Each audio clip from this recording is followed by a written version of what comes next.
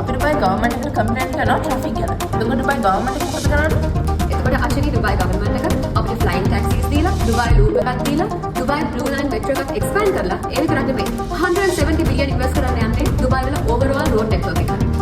දැන් අපි කම්ප්ලේන්ට් කරනවා ඩුබායි මේන් සිටි එකේ ඉඳන් අනිත් එමිරාටිස් වලට යන කොට දුරයි කියලා. ඒකට මොකද කරන්නේ? ඒකට තමයි අපි ඩුබායි ගවර්න්මන්ට් එක ඩුබායි එටිහාඩ් රේල් එක ඉන්ට්‍රොඩියුස් කරන්නේ. එතකොට ෂනල් අපි කම්ප්ලේන්ට් කරනවා ඩුබායි වල කිසිම ග්‍රීනරි එකක් නැහැ කියලා. ඒකට ආචාර්ය ඩුබායි වල හොඳ ප්ලෑන් එකක් තියෙනවා. ඩුබායි ගවර්න්මන්ට් එක එළවෙන ඩුබායි 2040 කියන ප්ලෑන් එකේ 105කින් ග්‍රීනරි ඒරියාස් වැඩි කරන්න යන්නේ ඒගොල්ලෝගේ ඉන්ෆ්‍රාස්ට්‍රක්චර් එක. එතකොට ෂනල් අපි කම්ප්ලේන්ට් කරනවා ඩුබායි වල හයි ස්කූල් ෆීස් වැඩි කියලා.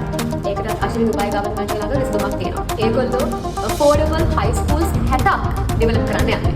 ඔය ඔක්කොම මැද්දේ අනිත් රටවල් උද්ඝෝෂණ, ටැක්ස් ඉෂුස් ඊළඟට එක ඩිලේස් එක්ස්පීරියන්ස් කරද්දී අපි ඩුබායි ගවර්න්මන්ට් එකට කම්ප්ලේන්ට් කරනවා. එයාලා සොලියුෂන්ස් දෙනවා. ඔතන ඔය කියන දේ තමයි ඩුබායි වල අනිත් රටවල් වලට වඩා වෙනස්.